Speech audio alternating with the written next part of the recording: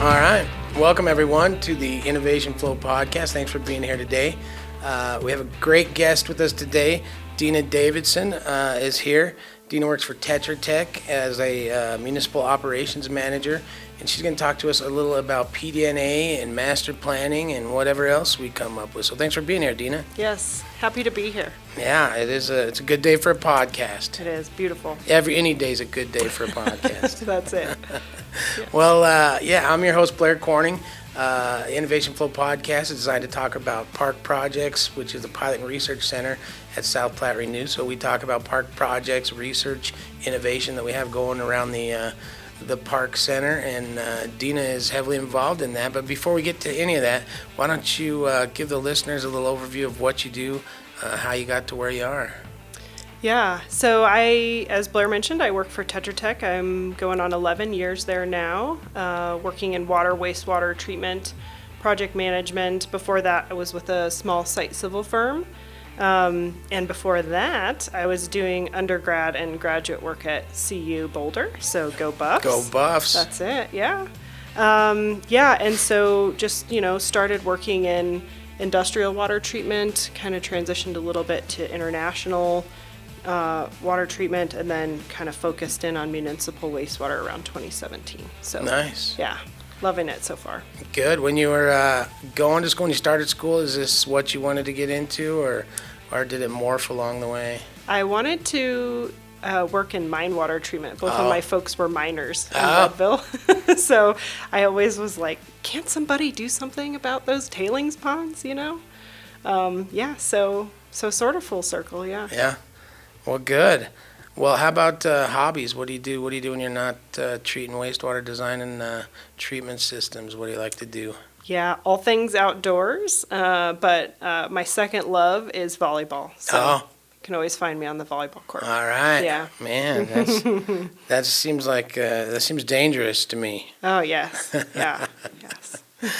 All right. Well, let's get to the icebreaker question, and I knew this would be hard, so I queued it up before, but what is the best piece of advice you've ever received throughout your life, your career, anything? Ooh, yeah, it's a heavy one. There's a lot of good answers to this. The one I think I'll offer up today, though, is as part of my master's program, I did engineering for developing communities, and there was a heavy focus on, never forget the human side of engineering, right? And always don't lose sight of who you're designing for, who you're in service for, right? Because there's so many right answers that unless you put that human screen on it, it's probably not suitable for that client, that community, that place, And so just making sure you can get lost in the minutia and reinventing the wheel and things, but coming back up a level and thinking about why am I here? Why am I doing this? And who am I doing this for? Yeah. Really can help kind of keep you on the right path. Yeah, that is good. Yeah. I've seen that too. It's kind of the difference between a young engineer and a more seasoned one. It seems like a lot of engineers go in, they think it's going to be all math, all science, all technology, but they forget about the people. So, yeah, that's good. I like that. I'm going to learn from that. Okay. All right. Well, let's get to the topic at hand. First, I want to talk a little bit about PdNA. We have a PD. Well, I'll let you describe it. The pilot trailer that we have on site. Why don't you talk a little bit about that and talk a little bit about what PdNA is? Yeah. Most people probably have not heard of this. Yes, PdNA, LMNOP. So PdNA is a shortcut nitrogen removal process in wastewater. And so if we kind of back up and provide a little bit of context around that, conventional wastewater treatment follows a nitrification and a denitrification pathway to remove nitrogen from the water. As part of the nitrification pathway, you have a couple sets of bugs, AOBs, ammonia oxidizing bacteria, and NOBs, nitrate oxidizing bacteria. And together, they convert and oxidize ammonia to nitrate. And then you come down the other side in your denitrification pathway. That requires carbon, of course, and you're going from nitrate to nitrogen gas. That's how we get nitrogen out of the water, which is a huge regulatory driver for many wastewater plants, is how low can we go on nitrogen. So while that process is super comfortable, super reliable, it does require air and carbon. So then you think about, okay, PdNA, which is partial nitrification anammox. That cuts off a lot of that. It heavily reduces the oxygen and it all but eliminates the carbon. The problem with PdNA, though, is you really have a hard time maintaining conditions. So PdNA introduces a third bacteria into that, anaerobic AOBs. And so they have to outcompete these other bugs that are pretty good scavengers, pretty good fighters. And so you have to maintain and promote conditions that keep those anaerobic AOBs in competition to promote that PdNA pathway, which is super hard in like a mainstream process. It's typically implemented in side stream. So that's where PdNA comes in, and that's why PdNA is super cool and exciting, is that it is a shortcut nitrogen process. It's kind of the Goldilocks between conventional and PdNA, if you will, because you still gain the savings on oxygen and carbon, not as much, but you still get tremendous savings, but you're promoting an environment that's much easier for operators to maintain in the mainstream. And so that's why it's super exciting. You can get to really low nutrient levels and also recognize tremendous savings on your mainstream, which is where the bulk of those energy costs come into play. Cool. So is it, it's a new kind of bacteria? Is it the PdNA is a new kind of bacteria that takes the place of these AOBs and NOBs? Yeah. Puts them out of a job? Right. Yeah. Taking them, unemploying them. Yeah.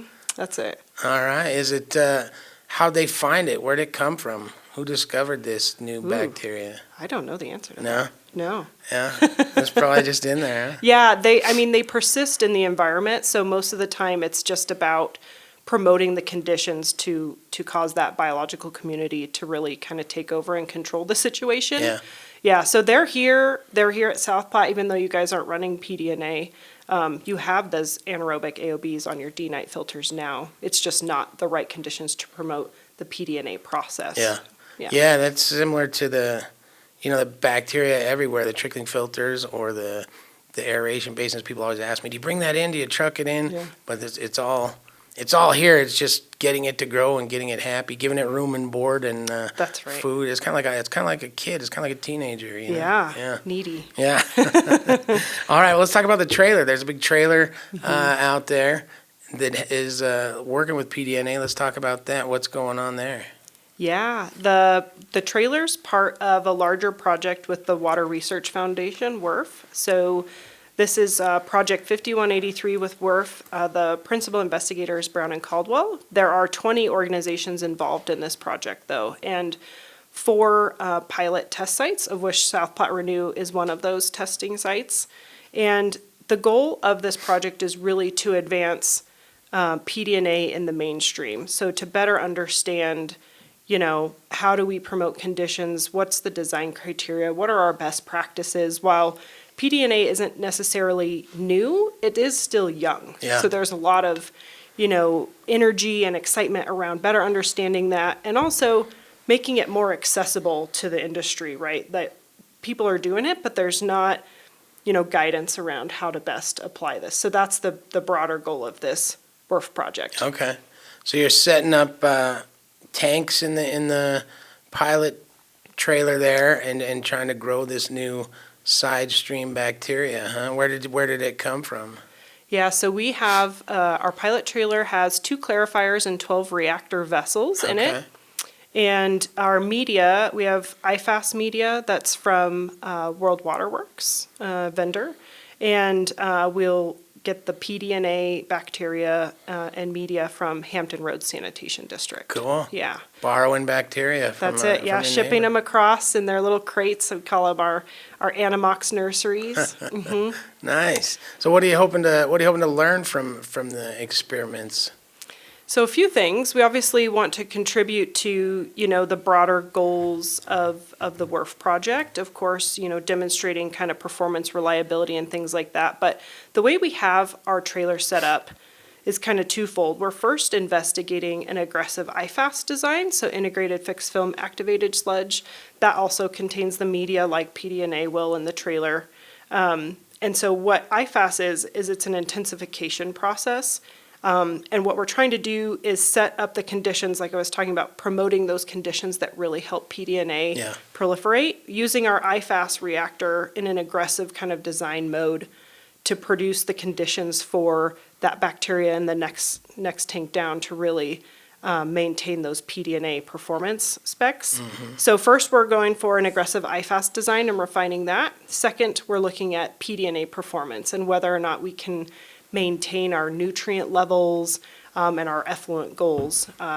To execute PdNA properly, you need kind of an equal parts of ammonia and nitrate going into your PdNA reactor. So we're going to start by learning about that. Can we control that? Is it reliable? And then from there, we'll start optimizing PdNA.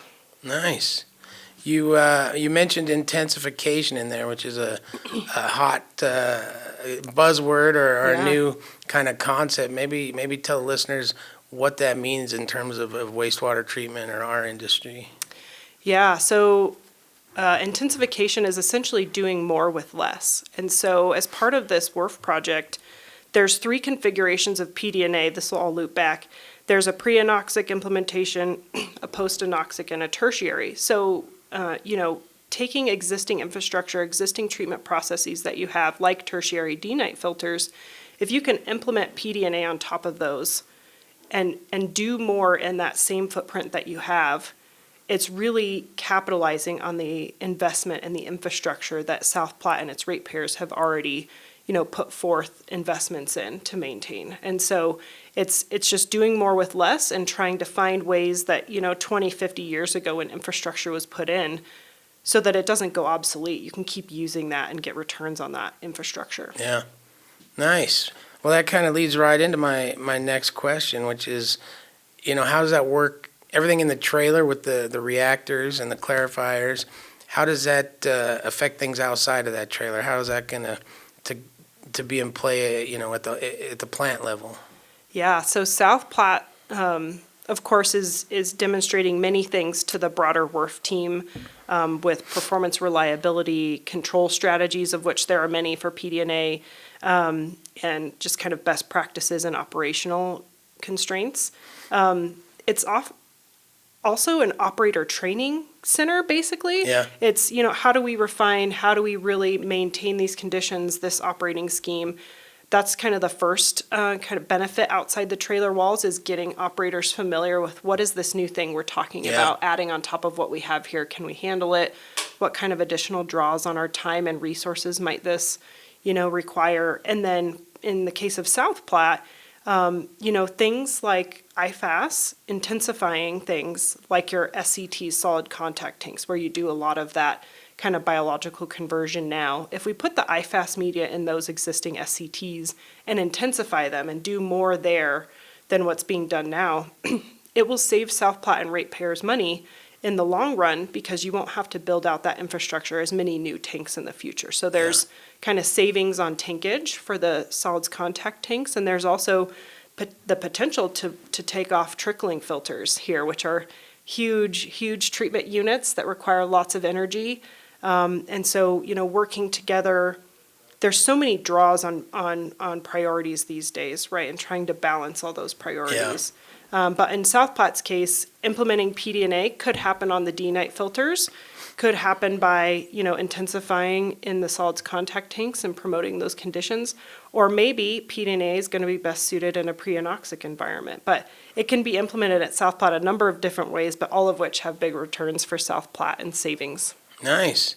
Well, that is, when I think or hear about intensification, this is a perfect example of that. It's like we have the concrete poured, you have a system, how can we make it better? How can we use technology from today to improve on, what we thought was state-of-the-art 20, 30 years ago? Well, good. Let's get into, you mentioned the people side in your answer to the best advice you ever got.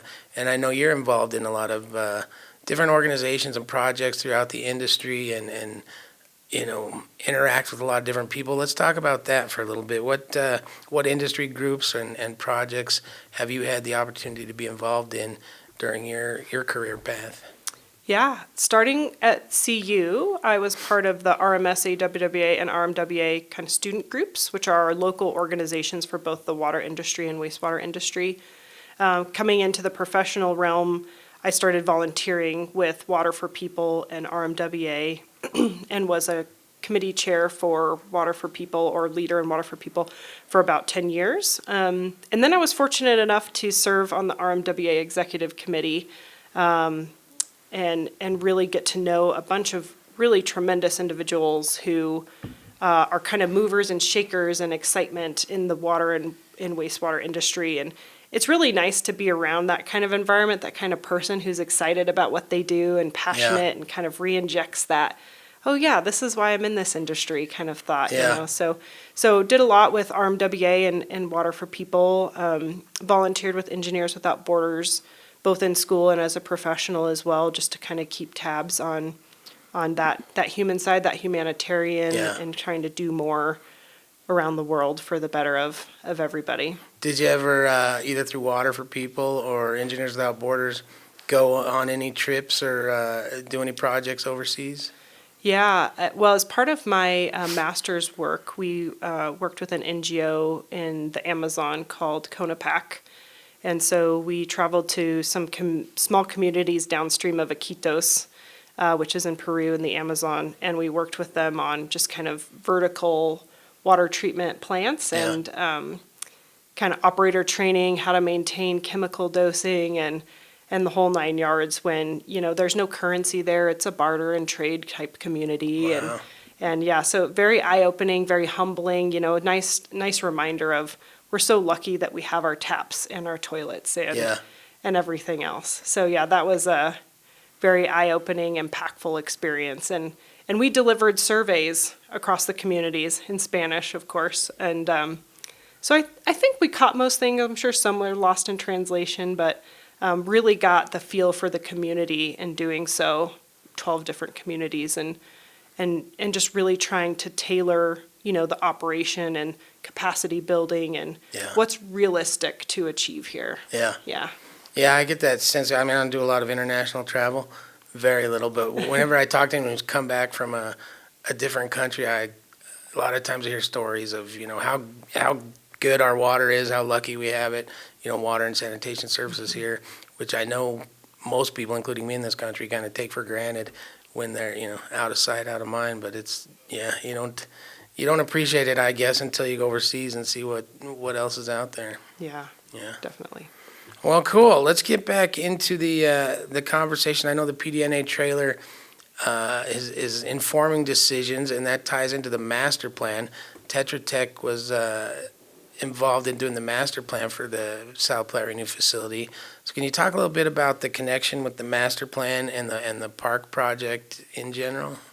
Yeah, the master plan was a super fun project. And, you know, the challenge with master plans is that the second you call your deliverable final, whatever it is, it's obsolete, likely the next day or shortly thereafter, right? Something changes, some regulation happens, some driver happens, and then slowly but surely it becomes more and more obsolete and more of a MacGyver tool to try to be a useful document or platform for an organization to use as a planning tool. And so coming into the master plan, the collective team here at South Platte, we knew we wanted to come up with something that would be more of a living tool.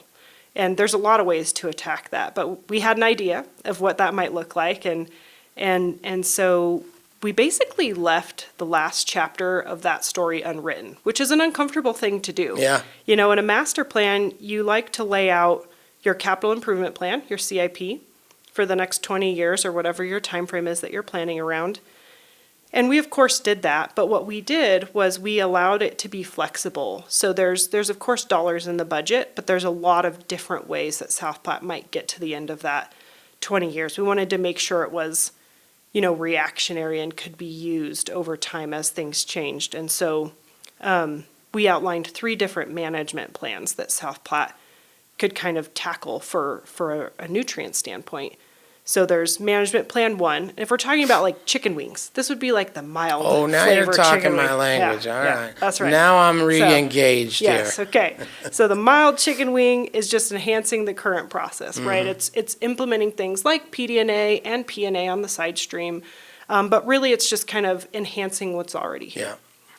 The management plan 2 that's like the super spicy habanero chicken wing, right? This Okay. is the new technology, the new primary treatment for AAA alternating activated adsorption. And it's of course coupled with other kind of core technologies too. And then kind of the Goldilocks, the just nice medium chicken wing is implementing IFAS. That's management plan 3. But we left the gate open so that South Platte Renew could take time to learn about which of these 3 plans might work well for us. And maybe we need to pivot amongst plans, or maybe we need to blend some plans or components of plans together. Yeah. So it's a super flexible approach. And the idea behind that is trying to responsibly delay decision making when you have the benefit of time. Not everybody does, but in this case we had some time. Is push those decisions out as far in time as you possibly can, so that when you get to that fork in the road and you have to make the decision, you feel confident in that decision. Yeah.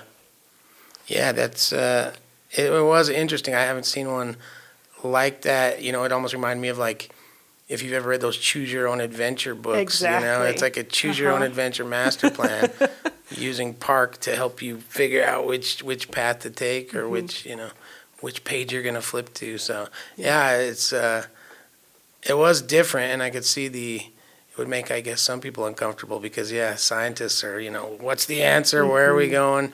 But also you see so many master plans get done, and like you said, they're either obsolete or even if they're not, they go on a shelf and gather dust, and they don't really contribute all the time to the decisions or to the organization. So I think this is a good one because it's got people engaged. It's got, people getting information in order to make decisions, and we'll see how it goes, but it's been fun.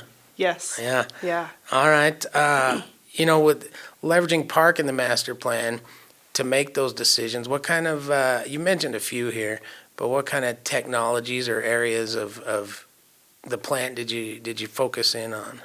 Yeah, so obviously South Platte has this tremendous asset in PARC, and so kind of coupling with the CIP, we developed a KDP. Okay, you got to explain these acronyms though. What's the CIP? Capital Improvement Plan. Okay. That's our traditional how we're going to spend money, when we're going to spend money on what project. The KDP is a knowledge development plan. And so this included essentially a very targeted pilot sequencing strategy for South Platte to undertake to try to answer some of these questions.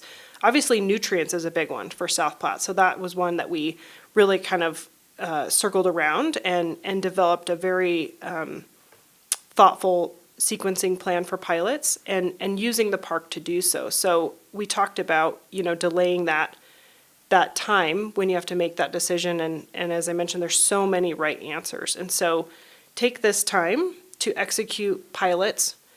The pace of innovation today is just tremendous, right? So taking the time to kind of let technology and processes evolve and mature over time, and then use these pilots to learn about how does it behave with South Platte's wastewater?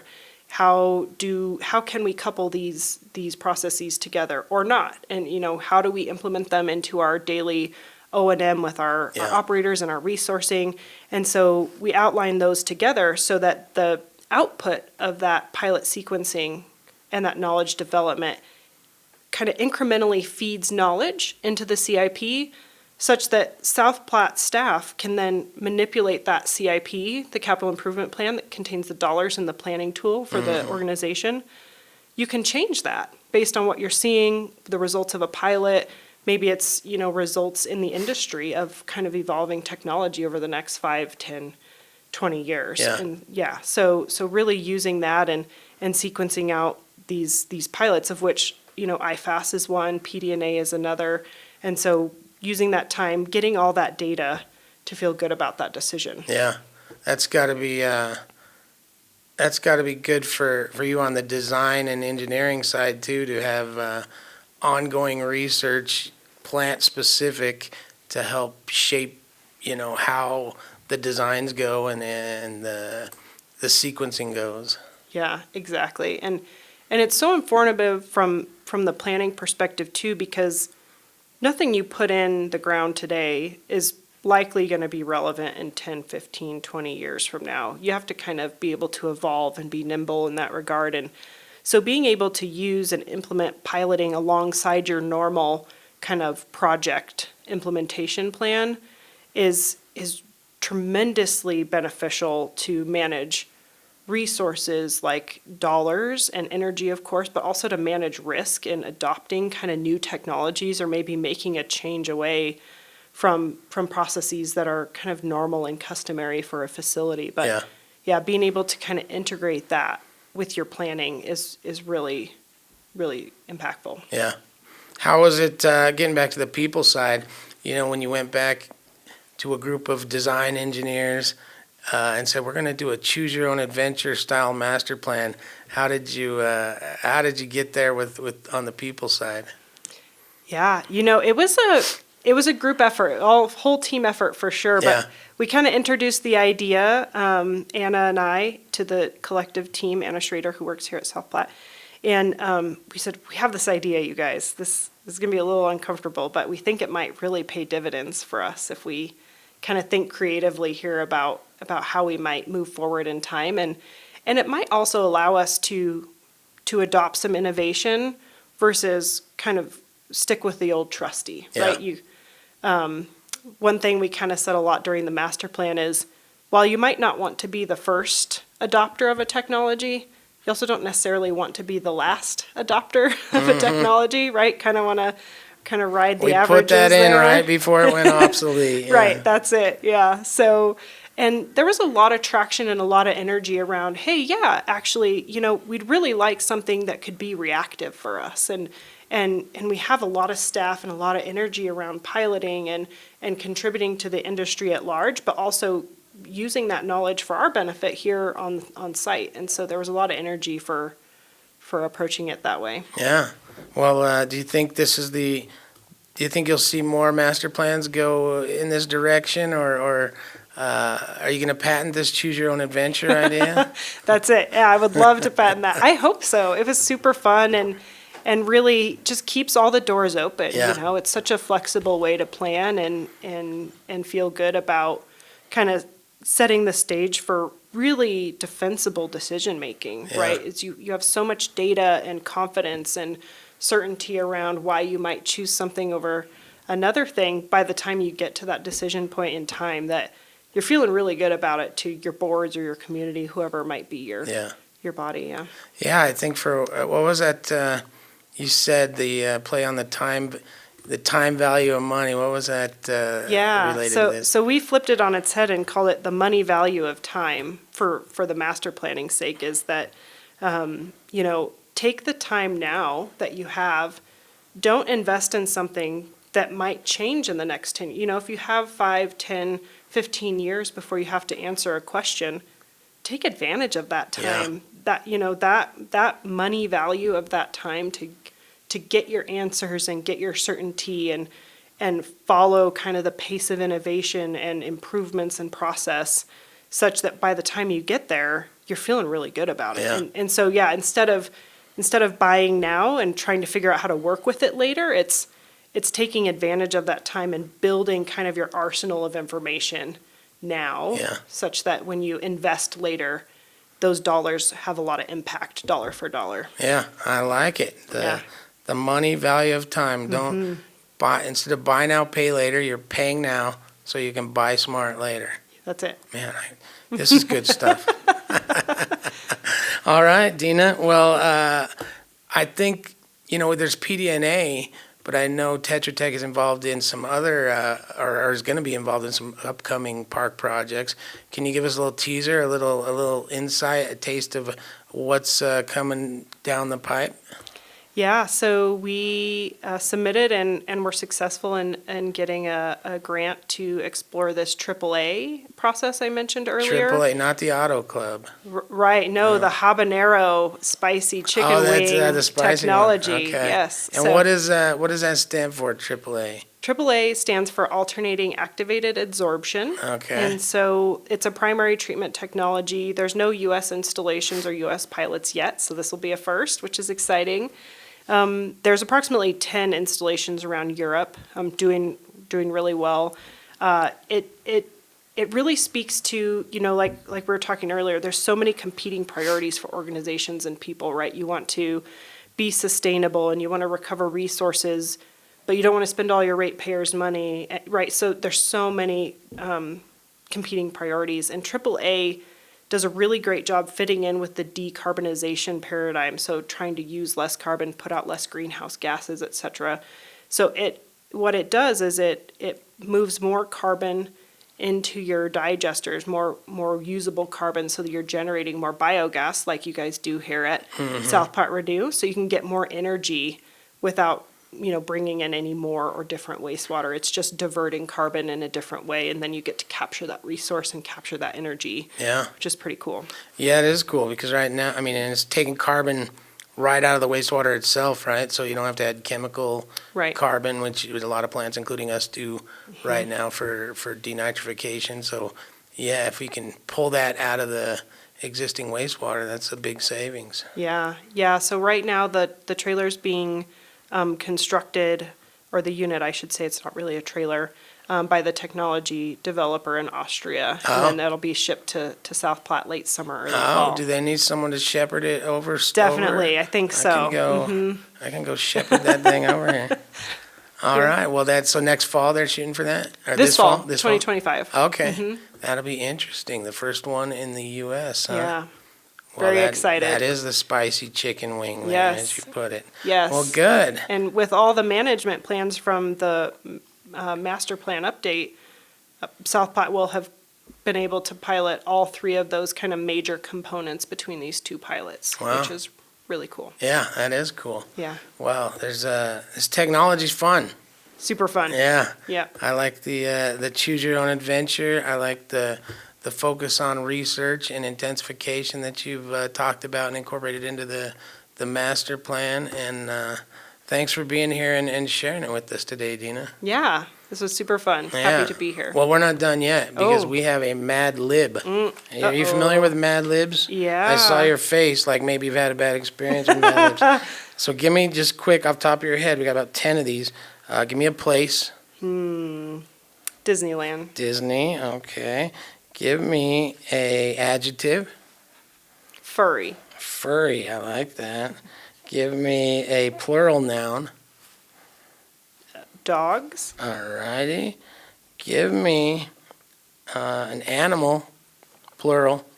Cheetahs. Cheetahs. And a gross noun. Booger. Okay. A few more here. Another adjective and a number. Let's do squishy. Squishy. A number. 23. Perfect. 2 more adjectives. Tall. Okay. And funny. Funny. All right, we're almost done here. Silly name. Let's go with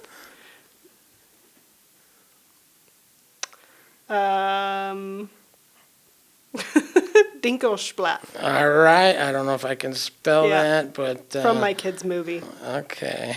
Splat? I'm trying to spell that. Okay, 2 more. A random object. No, 3 more. Random object. A mirror. I like it. A funny noun. Oh. Or just a noun. Any noun will do.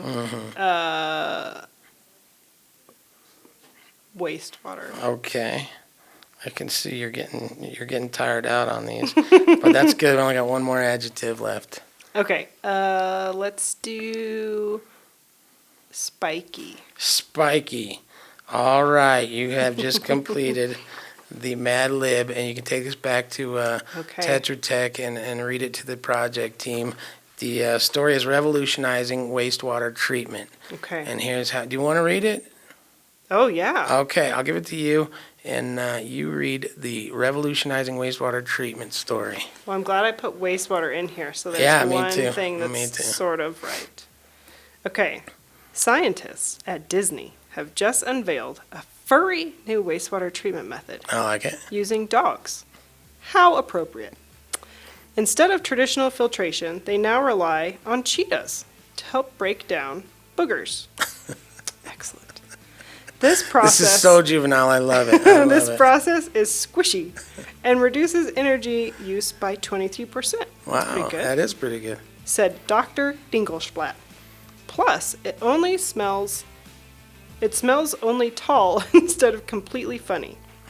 Next, they plan to test the system using mirrors and hope to generate enough power to run wastewater. The future of wastewater treatment has never been so spiky. Nice. Yeah. Nice. I wish you would have said spicy on the last one. Spicy. Could have tied it back to the hot wings. But, That's right. Mhm. All right. Very good. Thank you for that. Thank you for that Mad Lib. And thanks for being on the show again, Deena. It's been sorry that we had to bring it all down with some juvenile Mad Libs, but the yeah. rest of this was really This is the best. high-tech, good stuff. Yeah, I'm here for the Mad Libs and the dad jokes. All right, right on. Well, thanks for coming on, and we'll have to have you back and check in on that AAA project once that thing kicks off. Definitely. Happy to be here. Good. And to the listeners, thanks for listening. If you like this show, give us a 5-star review on whatever podcast platform you're listening on. If you have any ideas for show content or guests or topics you want to talk about, or you just want to send us a message, you can get a hold of us at innovationflow@inglewoodco.gov. And thanks for listening. Tell a friend, tell a neighbor, tell a coworker about the show, and we'll spread the word. And thanks for tuning in to the Innovation Flow podcast.